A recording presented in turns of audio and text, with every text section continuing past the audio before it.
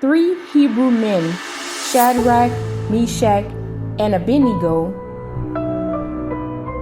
were strong believers of God, so they refused to worship an idol.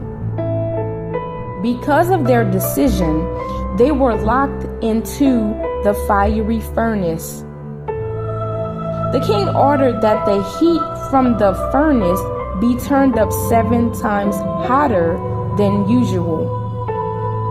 The fire was so intense that the soldiers who threw the men in were killed by the flames.